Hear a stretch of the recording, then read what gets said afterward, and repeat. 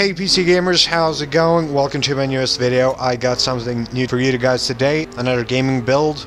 This time we are making a gaming build that will pretty much be able to play any game at 1440p and still maintain a very good FPS. What I mean by very good is above 60 and 75 and so on. So let's see what we got. The CPU we chose is the Intel Core i7-4790K processor. 4 cores, 8 threads. It starts at around 4 GHz, which is incredible for a processor like this. You can overclock it, of course, if you put a good enough core. We got those, we'll show you later. And yeah, that's pretty much it. For gaming, at least in near future, you're not going to need anything better than this. This can pretty much handle any game. Any better processor will just add a few FPS, which you most likely aren't going to notice that they cost like $500 more. So next up, we decided to go with 2 motherboards, so you guys choose between them. The first one is the Asus Sabertooth Z97 Mark I. It's got really cool stuff like the thermal armor, thermal radar, dust defender, stuff like that. It's built out of pretty high quality materials as well. Got 6 PCI slots, 4 memory slot, and that's pretty much it when it comes to this motherboard. The other one is the Gigabyte GA-Z97X Gaming 7. This is also an ATX board.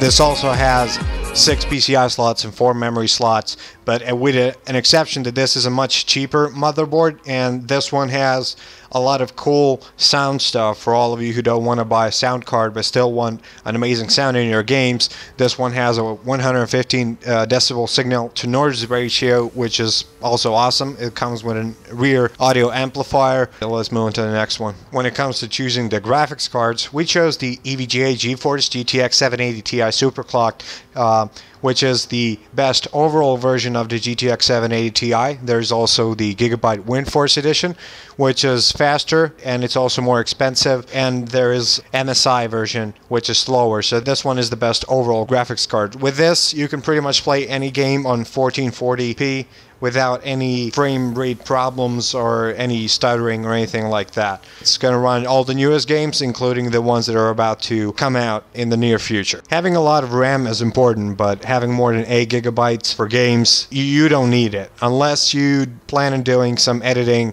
and a lot of, program stuff, which require a lot of RAM, but otherwise you're not going to need it in gaming. All you're going to get is like 2 FPS more, and that's pretty much it. You can either go with Corsair Vengeance or Crucial Ballistic Sport. Crucial has better latencies, but the Corsair has better frequency. So, it's up to you. You're not going to notice any difference between these two. You can choose whichever you want. Every awesome build requires an awesome SSD in some way, because loading times with Windows, when you turn it on, the first time you install the SSD, when you see how fast it loads, when you get into the game and it's amazingly fast, this is what the SSD is for. All it's going to do is improve your loading times at pretty much everything you do, but when it comes to actual performance in games, it's not going to do anything. It won't give you extra FPS.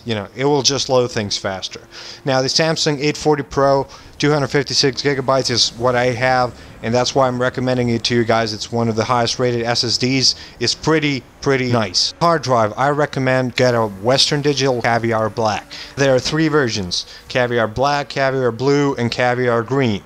Black is the best one. It's most stable. It's got a 5-year warranty. Blue one is worse. It actually, 2 of them died on me personally, and green is even worse, so don't get that one. Western Digital Caviar Black is pretty much going to do everything you need a hard drive to do. It's got 1 terabyte, but there are more versions to pick out of. But I think there are 2 gigabytes and 5 gigabytes as well. I'm not sure. You guys can check it out in the description down below.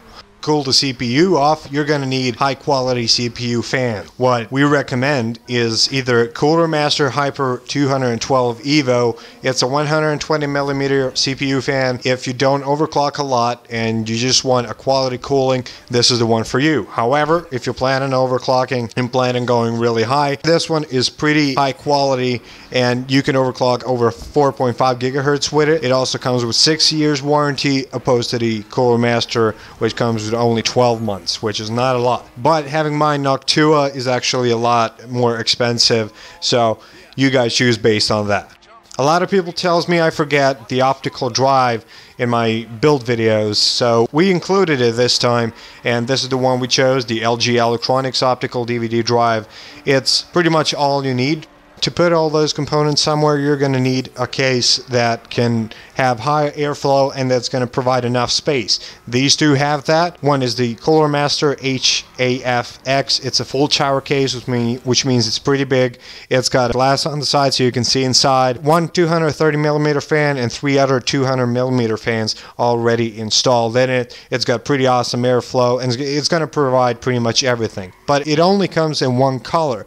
Unlike the NZXT Phantom, which is also a full tower case, it comes in 4 colors: white, black, black and green, and red. It's got 7 expansion slots, unlike the Cooler Master, which has 9, and it also weighs a lot less. And it's also less pricey. I forgot about that. You can never think about that too much. So, yeah, that's pretty much it, guys. With this PC, you can pretty much play any game right now on 560 by 1440 resolutions, which is awesome. And you're going to keep an awesome frame rate along with it, which is also awesome.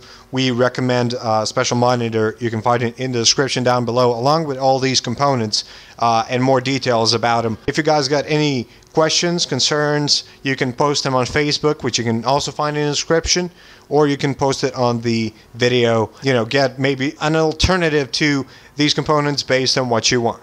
So yeah, that's pretty much it. Thank you guys for watching, and see you next time. Peace.